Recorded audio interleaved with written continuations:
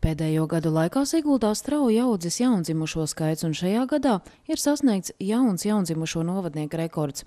Tā līdz decembra vidum Siguldas novadā reģistrēti jau 225 jaundzimušie, pārsniedzot pērnā gada statistiku. Un dzimstības pieaugums novadā pašvaldībai licis domāt par jaunu izglītības iestāžu atvēršanu.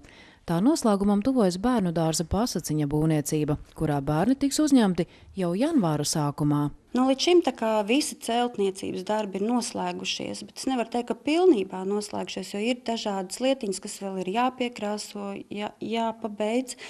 Bet šobrīd notiek mēbeļu vēl pabeigšana, uzstādīt mēbeles. Un tad viss pārējais iekārtošanas darbi.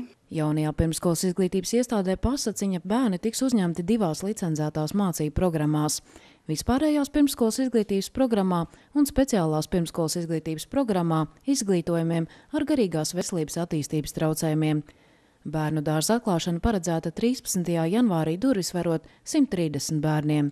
Turpmāk par savu bērnu dārzu to sauks arī siguldietes Laura Šumskas meita Marta, kura to mirkli gaidot jau ar nepacietību. Man ir ļoti liels prieks īstenībā, ka Sigulda ir tā pilsēta, kas nevis atšķirībā no citām varbūt slēdz visu ciet, bet tieši pretēji ver vaļā jaunu bērnu dārzu, forši.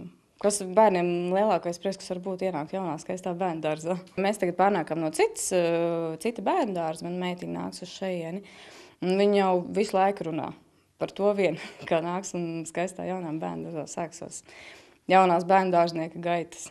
Laura Šumska meitu skolot jaunajā bērnu dārzā izvēlējās, jo tas ir tuvāk viņu dzīves vietai. Un tas būtiski jau ir arī citām ģimenēm. Turklāt jauna bērnu dārza atvēršana jau dos iespēju arī daudzām mamām atsākt savas darba gaitas. Mūsdienās, es domāju, tik ātri mammas varbūt negrib, bet ir spiestas sākt strādāt. Ja?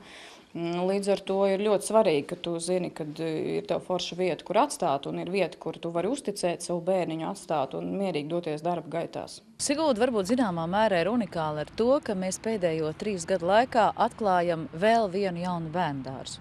Šīs bērndārs ievērojami pavirzīs uz priekšu bērndārzu rindu. Tos bērniņus, kur gaida savus vietiņus bērndārzā. Protams, rindu pilnībā tas nenolikvidēs, jo vispār jau bērni tiek pieteikti bērndārza rindā jau tūlīt 3 dienas pēc piedzimšanas. Bet mūsu mērķis ir mēģināt nodrošināt ar vietām bērndārzā, bērnus sākot no pusotra gada vecuma, lai tās māmiņas, kuras vēlās, var atgriezties darbā. Protams, tas nozīmē, ka viņiem obligāti tas ir jādara, jo Siguldā ir arī tāda sistēma, ja pienāk rinda, bet vecāki vēl nevēlās savu mazuli laist bērndārzā, viņi var gaidīt vēl 1 gadu, un rinda viņiem saglabājās. Siguldas novada pašvaldība pirmskolas izglītības iestādes Pasaciņa būvniecību paveica piesaistot Eiropas reģionālā attīstības fondu un valsts līdzfinansējumu. Projekta kopējās izmaksas ir vairāk kā 960 000 latu. Jāpiebilst, ka jaunajā bērnu dārzā tiks nodrošinātas 30 jaunas darba vietas.